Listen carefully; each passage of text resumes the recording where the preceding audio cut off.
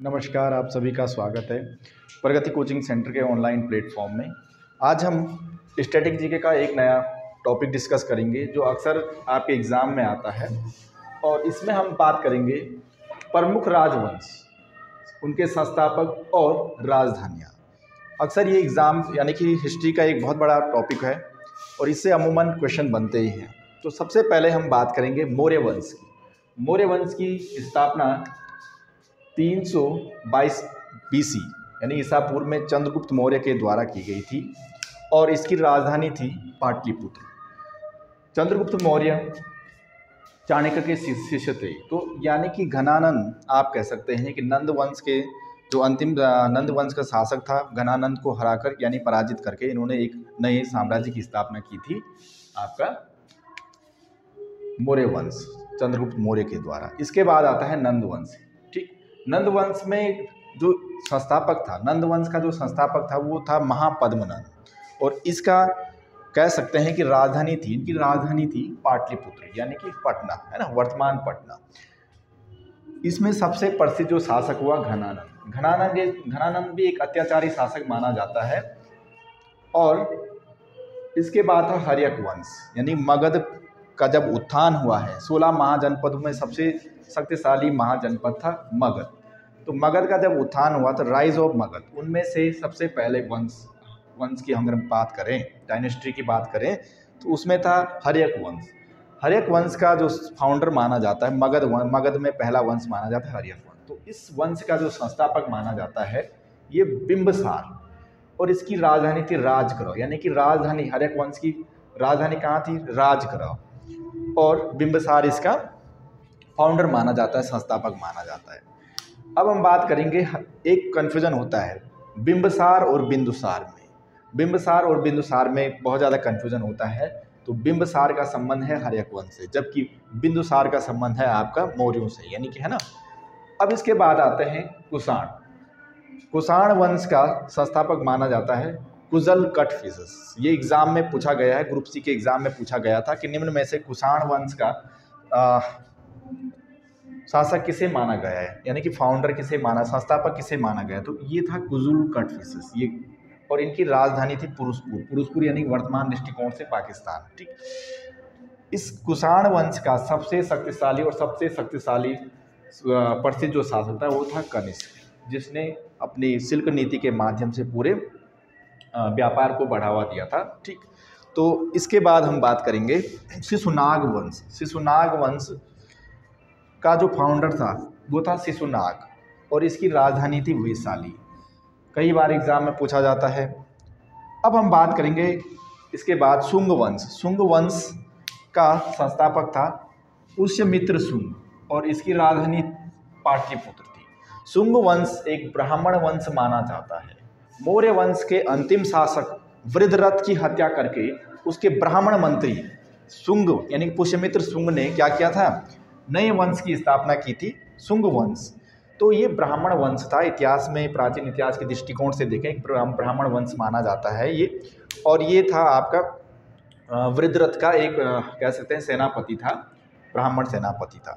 क्योंकि वृद्धरथ बहुत ज़्यादा अयोग्य था, तो इसलिए पुष्यमित्र शुंग के द्वारा उनकी हत्या की जाती है और नए वंश की स्थापना की जाती है। तो ये चीज़ें एग्जाम के पर्पज से बहुत इंपॉर्टेंट है, कई बार पूछा जाता है पुष्यमित्र शुंग और पाटलिपुत्र राजधानी के बारे में। अब देखो हुण, इसके बाद एक राजवंश था आपका हुण राजवंश। हुण राजवंश का संस्थापक था तोरमान, और राजधानी थी इनकी सियालकोट यानी कि वर्तमान पाकिस्तान में इनकी राजधानी थी। ठीक, अब जो इतिहास में, मध्यकालीन इतिहास में पढ़ते हैं हम कि इनके समय भी, यानी कि अलाउद्दीन खिलजी के समय भी बहुत आक्रमण होते हैं। हुण आक्रमणों से बड़े परेशान हो गया थे अलाउद्दीन खिलजी। तो इसके लिए उन्होंने एक विशाल सेना का आयोजन भी किया था, यानी विशाल सेना बनाई थी। ठीक है, अब आता है गुप्त वंश। गुप्त वंश का अपने आप में एक इतिहास रहा है, बहुत सुप्रसिद्ध इतिहास रहा है, गौरवपूर्ण इतिहास रहा है। तो गुप्त वंश का संस्थापक माना जाता है किसको? श्रीगुप्त को। ठीक, और इसकी राजधानी थी पाटलिपुत्र यानी कि वर्तमान दृष्टिकोण से पटना। तो ये आपको ध्यान रखना है। और हम अगर बात करेंगे बहुत सारे शासक हुए हैं आपके गुप्त वंश में, जैसे समुद्रगुप्त है ना, भारत का नेपोलियन कहा जाता है, बहुत प्रसिद्ध शासक। तो इस तरह से गुप्त वंश भी बहुत प्रसिद्ध वंश रहा है। अब बात करेंगे चोल वंश। चोल वंश यानी कि चोल वंश का जो संस्थापक था, फाउंडर था, वो था विजयालय। कौन? विजयालय। इसकी राजधानी थी तंजौर। तंजौर यानी कि वर्तमान दृष्टिकोण से तमिलनाडु। ठीक, तो कई बार पूछा जाता है क्वेश्चन में कि चोल वंश का संस्थापक किसे माना जाता है? चोल वंश का संस्थापक था विजयालय। अब राजधानी कहाँ थी इनकी? तंजौर। इसके बाद हम बात करेंगे पाल वंश। पाल वंश का संस्थापक गोपाल। पाल वंश का संस्थापक गोपाल, और राजधानी थी मुंगेर। मुंगेर यानी कि वर्तमान दृष्टिकोण से देखा जाए तो आपका पश्चिम बंगाल वाला क्षेत्र था। काकतीय वंश, इसका संस्थापक था रुद्रदेव प्रथम। कई बार एग्जाम में आता है। और राजधानी थी वारंगल। बहुत इंपॉर्टेंट है वारंगल, यानी कि वर्तमान आंध्र प्रदेश इसकी राजधानी थी। इनकी राजधानी आपका वर्तमान आंध्र प्रदेश, वारंगल। ठीक है, वारंगल यानी कि जहाँ से कोहिनूर हीरा प्राप्त किया गया था मलिक काफूर के द्वारा, तो वारंगल वही वारंगल। अब इसके बाद बात करते हैं जो 12वां वंश, यानी कि 12वां जो इम्पोर्टेंट वंश है गुज्जर प्रतिहार।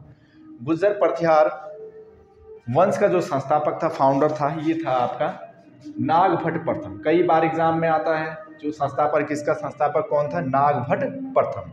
कन्नौज इसकी राजधानी थी इस वंश की। दूसरा 13वां वंश, यानी कि इसमें हम बात करेंगे राष्ट्रकूट। राष्ट्रकूटों की संस्थापक था दंतिदुर्ग। बहुत बार एग्जाम में पूछा जाता है। और मान्यखेट इसकी राजधानी थी। ठीक, होयसल वंश। इसके बाद होयसल वंश। होयसल वंश का संस्थापक विष्णुवर्धन, और राजधानी थी इनकी द्वार समुद्रम। तो दोनों ही एग्जाम में पूछे जाते हैं। संस्थापक पूछा जाता है होयसल वंश का तो विष्णुवर्धन, और राजधानी थी द्वार समुद्रम। ठीक, अब ये हाल ही में एक विषय, यानी कि ये वंश, इस वंश को लेकर एक चर्चा का विषय रहा। ये अभी हाल ही में कर्नाटक में होयसल मंदिर समूह को क्या किया गया? यूनेस्को की विश्व विरासत सूची में शामिल किया गया था। तो इसलिए भी इम्पोर्टेंट है ये, और बहुत ज़्यादा इम्पोर्टेंट। अब इसके बाद परमार वंश। परमार वंश हमारे उत्तराखंड के परिप्रेक्ष्य से भी बहुत ज़्यादा इम्पोर्टेंट है, और इसका संस्थापक उपेंद्र को माना जाता है। इनका संबंध रहा है, यानी कि राजधानी कहाँ थी? राजधानी थी इनकी धारानगरी। धारानगरी वर्तमान गुजरात। ठीक, तो परमार वंश, गढ़वाल में भी परमार वंश रहा, खासकर टिहरी रियासत में परमार वंश। तो आप ये कह सकते हैं कि धारानगरी से उनका संबंध रहा है। ठीक, अब एक था गढ़वाल वंश। गढ़वाल नहीं, गहड़वाल वंश। इसका संस्थापक था आपका चंद्रदेव, और कन्नौज इनकी राजधानी थी। गहड़वाल वंश आप ये कह सकते हैं कि जब दिल्ली में चौहानों का शासन था उस समय एक प्रसिद्ध वंश था ये भी, गहड़वाल वंश। ठीक, इसके बाद चंदेल। चंदेल वंश का जो संस्थापक माना जाता है, फाउंडर माना जाता है, ननुक को कहा जाता है ना, ननुक इसका संस्थापक था। और सबसे इम्पोर्टेंट पॉइंट, इनकी राजधानी पूछी जाती है। इनकी राजधानी है खजुराहो या महुआ। कभी खजुराहो ना आए तो महुआ। ठीक, खजुराहो के मंदिर किसके द्वारा बनाए गए हैं? चंदेलों के द्वारा। और खजुराहो वर्तमान, यानी कि इसकी स्थिति कहाँ है? इसकी स्थिति यानी कि खजुराहो की वर्तमान स्थिति मध्य प्रदेश, MP। संगम वंश। संगम वंश का संस्थापक था वीर नारायण, और विजयनगर, यानी कि राजधानी कहाँ थी? विजयनगर, अर्थात वर्तमान कर्नाटक। ठीक, विजयनगर।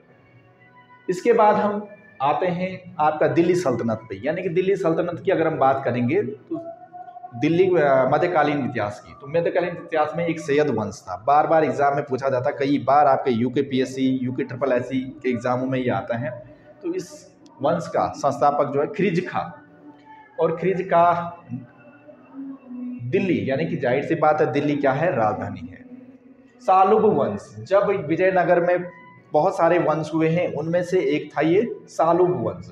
नरसिंह, और विजयनगर कहाँ थी? राजधानी थी। बहुत इंपॉर्टेंट। इसी में एक वंश हुआ था तुलुग वंश, जो हमारे लिए तुगलक वंश। अब देखो, तुगलक वंश यानी कि दिल्ली सल्तनत में है ना, तो इसका जो संस्थापक था तुगलक वंश का, वो गयासुद्दीन तुगलक। गयासुद्दीन तुगलक, जिसने गाजी मलिक की उपाधि धारण की थी। कई बार एग्जाम में पूछा जाता है कि दिल्ली सल्तनत का कौन सा ऐसा राजा शासक था जिसने गाजी की उपाधि धारण की थी। तो गयासुद्दीन तुगलक गाजी की उपाधि धारण करता है और तुगलक वंश की स्थापना करता है। राजधानी जाहिर सी बात है दिल्ली। ठीक, अब खिलजी वंश में भी हम देखते हैं, खिलजी वंश का जो संस्थापक था वो आपका जलालुद्दीन खिलजी, यानी कि अलाउद्दीन खिलजी के चाचा या आप कह सकते हैं ससुर। तो ये आपके जो है राजधानी दिल्ली, और सबसे ये माना जाता है कि सबसे वृद्ध व्यक्ति थे जलालुद्दीन खिलजी। एक बहुत लंबी उम्र में जो है, बहुत बूढ़ी उम्र में इनको सत्ता प्राप्त हुई थी और अलाउद्दीन खिलजी के द्वारा इनको अपदस्थ करके, इनकी हत्या करके नहीं, यानी कि इसी की जगह आप कह सकते हैं कि जलालुद्दीन की जगह अलाउद्दीन खिलजी ने ले ली थी, है ना, शासक बन गए थे। तो कोई क्रूर शासक माने जाते हैं। ठीक, अब आता है लोधी वंश। लोधी वंश का संस्थापक था बहलोल लोधी। इस बहलोल लोधी ने बहलोल नामक एक सिक्के चलाए थे जो बहुत प्रसिद्ध हुए हैं। ठीक, प्रसिद्धि रही है। राजधानी आप कह सकते हैं दिल्ली का था। तो दिल्ली में मुगल वंश, ठीक है, मुगल वंश का संस्थापक सभी को पता है बाबर मुगल वंश का संस्थापक था। दिल्ली या आगरा से इनका संबंध रहा है। तो ये कुछ एग्जाम के पॉइंट ऑफ व्यू से बहुत ज़्यादा इंपॉर्टेंट है। आप स्क्रीनशॉट ले सकते हैं, वीडियो को पॉज कीजिएगा। मिलेंगे इसी तरह से नए स्टैटिक जीके वाले पोर्शन में। तब तक के लिए आप सभी का धन्यवाद, बहुत बहुत धन्यवाद।